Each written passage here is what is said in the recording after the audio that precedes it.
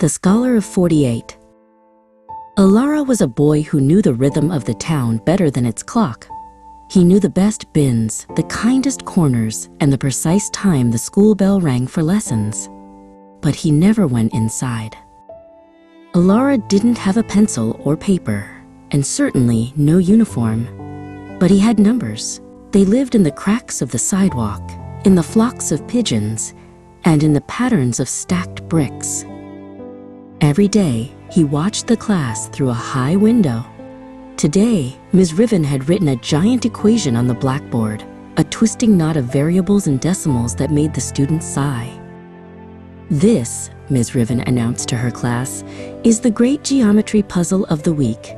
It asks how many tiny squares fit perfectly into the space left by a giant, slightly tilted circle. Inside, the students chewed their erasers and tapped their feet. The numbers seemed to jump and scramble. No one could even begin to find a starting point. Outside, Alara squinted. The equation was long and messy, but in his mind, it snapped into shape, like stacking blocks. He saw the trick, a hidden common factor that simplified the geometry instantly. He found a piece of charcoal someone had dropped, and quickly, quietly, he wrote the answer on the schoolhouse wall, just below the window ledge. The solution was 48. Just then, a clumsy student knocked over the water jug, creating a loud splash that drew Ms. Riven's attention. She turned from the board to scold the student, her eyes sweeping toward the window.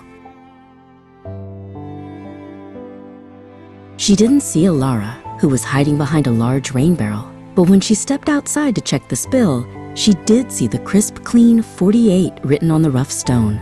It was the only number that made perfect, elegant sense. Ms. Riven smiled a wonderful, open smile. She looked around the quiet yard, though she saw no one. "Well," she whispered, picking up the fallen piece of charcoal, "it looks like we have room for one more scholar at the front desk."